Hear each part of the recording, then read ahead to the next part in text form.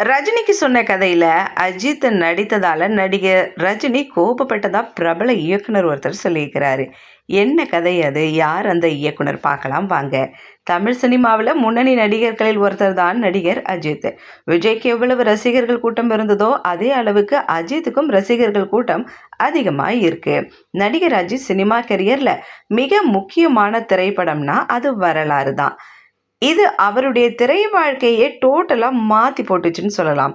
கடந்த 2006ஆம் ஆண்டு வெளியான இந்த திரைப்படத்தை இயக்குனர் ரவிக்குமார் இயக்குனாரு. இந்த படத்துல நடிகர் அஜித் அப்பா, மகன் என 3 கேரக்டர்ல நடிச்சு நம்ம வியப்புல ஆழ்த்தியிருப்பாரு. இவரோட இணைந்து அசின், கனிகா, மன்சூர் அலிகான், ரமேஷ் கண்ணா இவங்கெல்லாம் முக்கிய கதாபாத்திரத்துல நடிச்சிருந்திருப்பாங்க. இந்த படத்துல நடிகர் அஜித் பரதநாட்டிய கலைஞரா நடிச்சு அசத்திருப்பாரு. அதிலும் அவர் ஆடும் பரதநாட்டியம் டான்ஸ் எல்லாம் அஜித் இப்படியெல்லாம் ஆடுவாரா அப்படின்ட்டு மக்களை வியப்புலையே ஆழ்த்திடுச்சு. கன்னட திரையுலகின் முன்னணி நடிகர்கள் ஒருத்தர் தான் உபேந்திரா. கன்னடத்தில் வரலாறு ரீமேக்கில் நடிச்சிருப்பாரு. அங்கு காட்ஃபாதர் என்ற பெயர்ல இந்த படம் உருவாகுச்சு. ரவிக்குமார் திரைக்கதையில சேது ஸ்ரீராம் இயக்கத்துல இந்த படம் உருவாகியிருந்தது. அஜித் அளவிற்கு இல்லைனாலும் ஓரளவு உபேந்திரா இந்த படத்துல நடிச்சிருந்திருப்பாரு. கன்னட ரசிகர்கள் மத்தியில் இந்த படம் மிகப்பெரிய வெற்றியை பெற்றது. பல கோடி ரூபாய் கன்னடத்துல வசூலிச்சது இந்த படம். இந்நிலையில வரலாறு திரைப்படத்தின் கதையை தனக்கு ஏன் சொல்லல அப்படின்ட்டு இயக்குனர் ரவிக்குமார் கிட்ட நடிகர் ரஜினிகாந்த் கோபப்பட்டு இருக்கிறாரு. இது பத்தி ரவிக்குமார் இப்போ ரீசெண்டா ஒரு இன்டர்வியூ கொடுத்திருந்தாரு. அதுல சொல்லியிருந்தாரு, சந்திரமுகி படத்தின் ஷூட்டிங்கின் ஓப்பனிங் டே அன்னைக்கு நடிகர் ரஜினிகாந்த் என்ன கூப்பிட்டாரு.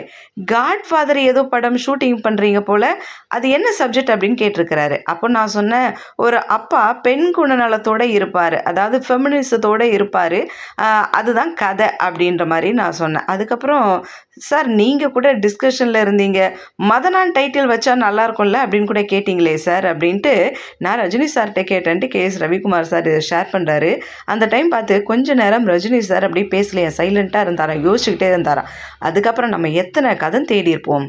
நான் மதனான் டைட்டில் வைக்கும் போதே நான் என்ன சொன்னேன், கமல் சார் இதுக்கு ஒருவேளை ஒத்துக்கலைன்னா நான் இந்த படம் பண்ணுறேன் அப்படின்னு சொன்னேன்னா இல்லையா, நீங்கள் ஏன் இந்த படத்தை எனக்கு கொடுக்கலன்னு கேட்டிருந்திருக்கிறாரு.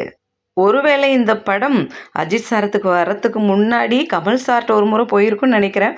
ஒருவேளை அவர் வேண்டான்றதால அஜித் சார்கிட்ட வந்திருக்குமோ என்னமோ, அதனால தான் ரஜினி சார் இப்படி கேட்டிருக்கிறாரு. இதை நீங்கள் கமல்கிட்ட போய் சொல்லுங்கள், ஒருவேளை கமல் ஓகே சொல்லலாம், நான் பண்ணுறேன்னு சொல்லியிருப்பார் போல்.